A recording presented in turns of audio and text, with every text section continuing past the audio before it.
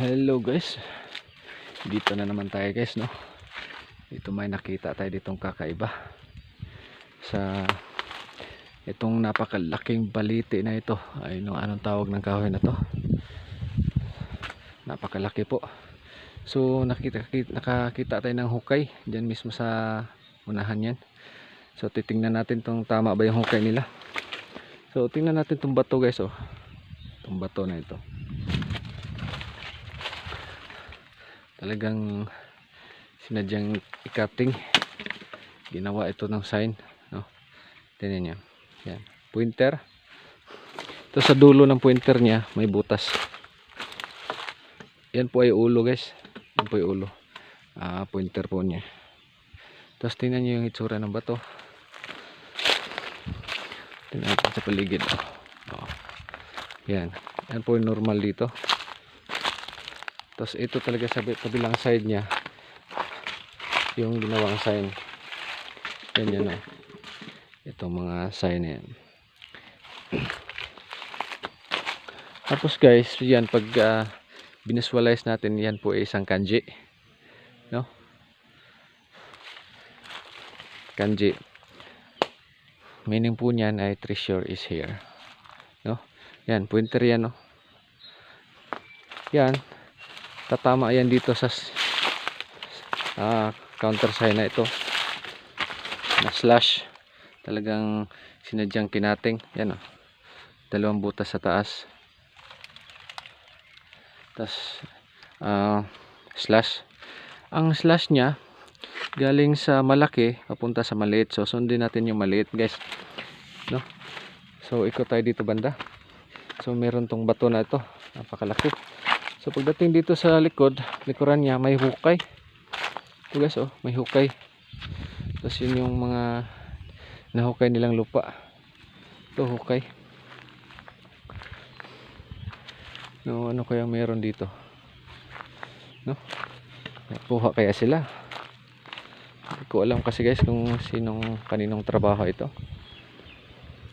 Tapos yan, yung napakalaking kahoy na to ay nakayakap siya sa napakalaking bato na malapad, no? So pasok tayo dun sa loob guys. Galing dyan sa sign na yan, sa pointer na yan, imposible na hindi sila maglagay mismo sa under nyan. So babalikan natin yan maya maya. So pasok muna tayo dito. Nagpaalam na tayo dito banda. So ito po ay isang passage, daanan ito. Itong dinaanan natin, passageway ito, no? Tandaan natin guys, passageway ito, passageway. Tapos pagdating natin dito, galing dyan sa passageway dinaanan natin, sa lubong natin itong dalawang malaking bato na to, isa, dalawa. Tapos nag lock siya dyan, tingnan nyo. So nag-lock siya dyan mismo, no? So ibig sabihin hindi na nag-travel papunta doon. So dito naman harap tayong norte, meron din siyang passageway. Yan, papunta yan doon guys, papuntang north, no? Papunta tayong northeast, meron din siyang passageway, no? Papunta rin dito. Yan pala ay naka-east, yung bahagi dinaanan natin, no? Tapos dun sa south, yan, malaking bato na niyakap ng malaking kahoy. Tingnan nyo, napakalaking kahoy niyan guys, sa personal, napakalaki po, no? So nagtaka ako bakit sa camera maliit. Tapos yan, oh, dyan may daanan rin dyan. So pag pinasadaan natin ito ng gamit, di na tayo mahirapan guys, diretso na to. Yung mga counter sign niya na yung nagtuturo sa atin dito banda sa pinakagitna, no? So ito po yung sample ng passageway, no? Meron sana passageway doon guys, oh, doon sa bandang west, kaso lock siya guys, nakalock siya itong bato at saka yun.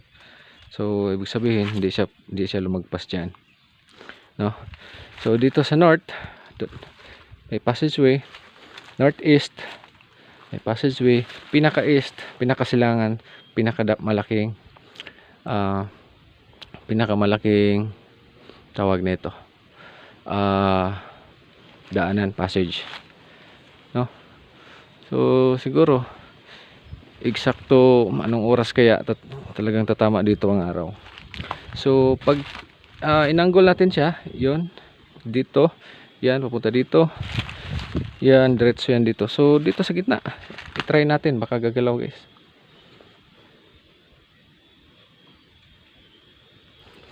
Gumalaw nga, no? Gumalaw nga siya kasi ano guys, obvious kasi nilock siya galing doon, galing dyan, nakalock tong dalawang bato na to. Talagang pinagtagpo sila, dalawang bato na yan pinagtagpo. Tapos ibig sabihin nun, hindi na siya lumagpas doon. So yun naman, yan galing hanggang dyan lang rin, no? So it means na may nag-giveaway siya papunta doon, galing doon papunta dito, nag-giveaway siya. Tsaka dito naman meron din siyang daanan, lalo na itong galing sa east.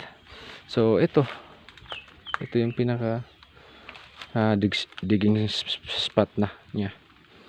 Ito yung pinaka digging spot niya, no?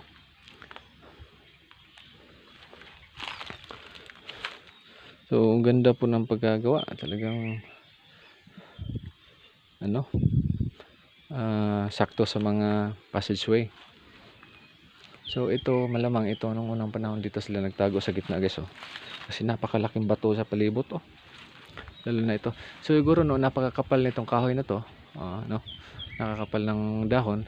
So hindi talaga sila mapansin dito sa ilalim. Tapos dito sa ilalim napakalinis, no, napakalinis dito sa ilalim. So malamang dito sila yung iba dito nag stay dati nung hinahabol na sila doon sa baba, kasi tumakbo sila dito sa taas, sabi ng mga matatanda. Tapos yung bato na yan guys, ituro natin, napaka flat niyan guys, naka flat sa taas, kaso niyakap siya ng malaking kahoy. So ibig sabihin yan, hindi siya ipapagalaw, no? So ang ganda po ng kanyang pagkagawa. Talagang ano rin kasi guys, parang ano rin nila yan, shield ba, no? Yung palibot niyan na malalaking bato. So dito yung pinakagitna niya, ito yung pinakagitna niya. Talagang kumalaw siya. Malaki kaya to.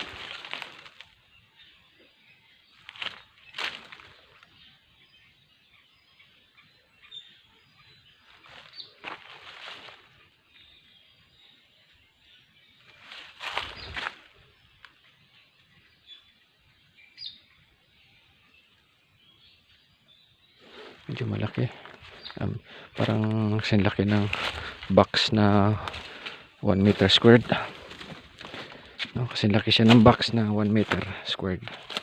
So balik tayo dito sa nabi ko kanina. So pag ganito ang sign, malamang mag-iiwan sila dito guys, no? Lalo na itong mga sign na to, ang daming nakaturo pababa. So i-try natin i-detect dito. Try lang natin dito sa nabing meron to guys, ha. I-try ko lang i-detect, baka meron nga.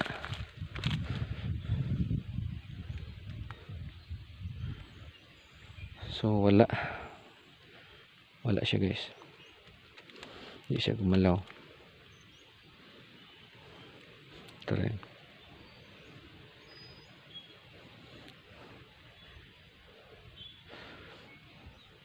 Pero meron siyang na-detect sa paligid. Try kaya natin sa east na bahagi sa likuran.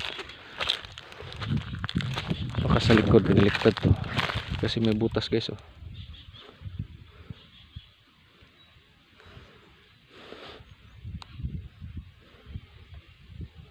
wala rin. So doon lang pala sa loob talaga guys sila naglagay, o di kaya diyan sa gitna sa mismong ano na yan. So yan yung napakalaking baliti. Nagpaalam tayo dito, no? Again, huwag kaya sa mga nanonood, wag po basta-bastang pumasok ng ganito guys kung wala tayong alam, no, ng kahit mga pagpaalam lang, para for safety reason lang guys pa. So yun lang muna guys, ibabahagi ko sa inyo. Punta pa tayo dun sa taas kasi medyo malayo-layo pa tayo guys. Sulitin natin itong buong araw. So yun lang po, maraming salamat.